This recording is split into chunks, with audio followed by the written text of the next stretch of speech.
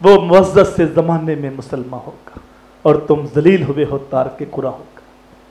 قرآن کے پیغام کو بلا. حضور کے ساتھ رشتہ کمزور ہو گیا تمہارا. اپنی اولاد کو جوڑو حضور کے ساتھ, حضور کی سیرت ان کے سامنے بیان کرو. مائیکل ایچ ہارٹ, یہ غیر مسلم مصنف ہے, اس نے اپنی کتاب میں 100 شخصیات کا تذکرہ کیا, دنیا کے اوپر جو عظیم لوگ ہوئے, جن کے دم قدم سے بزم عالم میں چراغاں ہوا, جن کے وجود سے زمانے کو روشنی, خیر, پاکپن, عروج, آسانیاں ملی, ان میں سے 100 کا انتخاب کر کے اس نے ایک کتاب مرتب کی. بڑی 11ویں شریف کے پروگرام میں آنے والوں, آپ کو مبارک ہو, اس نے سر فہرست میرے نبی کا نام لکھا ہے. لکھنے والا غیر مسلم ہے, اور وہ کہتا ہے جو میں نے مسلمانوں کے نبی کا نام صفحے اول پہ لکھا ہے, یہ کسی عقیدت کی بنیاد پہ نہیں لکھا, لاہر عقیدت سے لکھتا, تو جن کا کلمہ پڑھتا ان کا نام لکھتا. وہ کہتا ہے میں نے عقیدت سے لکھا ہی نہیں, میں نے میرٹ کی بنیاد پہ لکھا ہے. سچی بات یہ ہے, پوری دنیا کے اوپر محمد عربی جیسی نہ صورت کسی کی ہے, نہ سیرت کسی کی ہے. میرے حضور کی صورت بھی نرالی ہے, میرے حضور کی سیرت بھی نرالی ہے. تو اپنی اولاد کو سیرت کے ساتھ جوڑو, نبی کی محبت پیدا کرو. بحب اہل بیت ہی, دوسرا فرمایا نبی کے گھر والوں کی محبت, تیسرا فرمایا قرآن کی تعلیم دو. ہم دنیاوی تعلیم کے لیے اتنے حریص ہیں, لاکھوں روپے خرچ کرتے ہیں, بیرون ملک سے تعلیم دلواتے ہیں, لیکن دین کی تعلیم مفت ملے, ہمارے گھر میں ملے, محلے میں ملے, ہم لینے کے لیے تیار نہیں ہوتے. نتیجہ کیا نکلا؟ بیٹا ڈگری ہولڈر بن گیا, پی ایچ ڈی کر لیا, ایم فل کر لیا, لیکن بد نصیبی باپ نے دین نہیں دیا. باپ فوت ہو گیا, اب باپ کی میت پڑی ہے, اسے غسل دینے کا طریقہ بھی نہیں آتا. وہ غسال ڈھونڈتا پھرتا ہے, کوئی آئے ابو کو غسل دے جا. عارف کھڑی رومیاں کشمیر, میاں محمد بخش بولے, اور جاندی واری ڈراؤنا بنےوں تے ہاتھ نہیں لاندے ڈر دے, اور جنہ لئی تو پاپ کمائے سن دس کتنے نے وہ تیرے کر دے. وہ غسل دینے کے لیے تیار نہیں. صاحبو, میں یہ نہیں کہتا کہ اپنے بچوں کو دنیاوی تعلیم سے راستہ نہ کرو. علم مومن کا گمشدہ خزانہ, جہاں سے ملے حاصل کرو. اپنے بچوں کو ڈاکٹر بناؤ, انجینئر بناؤ, پروفیسر بناؤ, سائنسدان بناؤ, لیکن میرا پیغام یہ ہے کہ اپنی اولاد کو سب سے پہلے اچھا انسان بناؤ, اچھا مسلمان بناؤ, اور حضور کا غلام بناؤ. جتنا علم حاصل کرنا فرض ہے, وہ بالغ ہونے سے پہلے اپنی اولاد کو سکھا دو. وہ بیٹا ہے یا بیٹی, دونوں پہ جن عقائد کا, جن عبادات کا, جن معاملات کا جاننا فرض ہے, وہ اپنی اولاد کو سکھا دو. اگر تم نے یہ ذمہ داری پوری نہ کی تو پھر تمہیں پچھتانا پڑے گا, پھر تمہیں رونا پڑے گا کہ اولاد ہماری بات نہیں مانتی, اولاد ہماری نافرمانی کرتی, اولاد ہمارے حقوق کا خیال نہیں کرتی. اور میاں تم نے اپنی ذمہ داری پوری نہیں کی تھی, وہ کسی اور رنگ میں رنگی گئی. ان کے اوپر وہ رنگ چڑھ گیا جہاں سال کے بعد ایک دن مدر ڈے, ایک دن فادر ڈے, ایک دن ٹیچر ڈے, ایک دن ویلنٹائن ڈے, ان کے اوپر وہ رنگ چڑھ گیا. اور اگر تم نے اپنی ذمہ داری پوری کر دی, ان کی انگلی تھام کے نبی کی چوکھٹ پہ کھڑا کر دیا, قرآن کا نوکر بنا دیا, رب کا بندہ بنا دیا, حضور کا غلام بنا دیا, جو فرض علوم ہے وہ ان کو سکھا دیے, اور ان کے اوپر محمدی رنگ چھا گیا, تو پھر جہاں بیٹھیں گے وہ رنگ قبول نہیں کریں گے, بلکہ اپنا رنگ وہاں چھوڑ کے آئیں گے. چونکہ کچا رنگ للاری والا چڑھدا لیندا رہندا, تے پکا رنگ میرے آقا والا چڑھ جائے پھر نہیں لیندا. تے اپنی اولاد کو حضور کا وفادار بناؤ, کہ محمد سے وفا تو نے تو ہم تیرے ہیں, یہ جہاں چیز ہے کیا لوح و قلم تیرے ہیں. اللہ تعالیٰ کی بارگاہ میں دعا ہے, اللہ محفل کا لمحہ لمحہ اپنی بارگاہ میں قبول فرمائے, اور میرے ٹوٹے پھوٹے لفظ اثر بنا کے دلوں کے اندر اتار دے. اگر آپ چاہتے ہیں کہ آپ کو ہر روز یہ اصلاحی بیان 2-3 منٹ کا ویڈیو کلپ مل جایا کرو, تو ایک نمبر نوٹ کر لیں, آپ اس کے اوپر میسج کر دیں, اور یہ ادارہ دین اسلام کا آفیشیل نمبر ہے, آپ ان کو بتا دیں, اپنا ایڈریس اور نام بتا دیں, وہ گروپ کے اندر ایڈ کر لیں گے. ہر روز آپ کو 2-4 منٹ کا ویڈیو بیان بھیج دیا کریں. 0322 74 99 573, ان کو میسج کر کے واٹس ایپ کے اوپر اپنا نام ایڈریس لکھوا دینا, وہ آپ کو ہر روز بیان بھیج دیا کریں. نمبر دوبارہ دیکھ لیں, 0322 74 99 573, 0322 74 799 7499 573 اللہ تعالیٰ مجھے آپ کو عمل کی راہوں کا مسافر رکھے وما توفیقی الا باللہ۔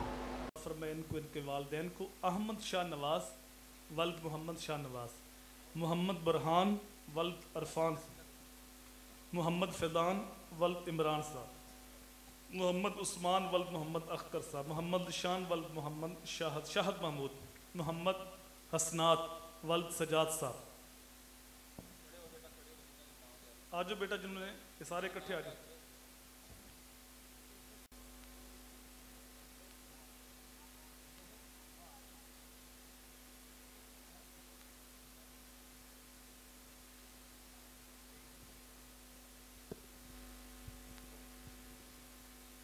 مولاي صل وسلم دائما أبدا على حبيبك خير الخلق كلهم مولاي صل وسلم دائما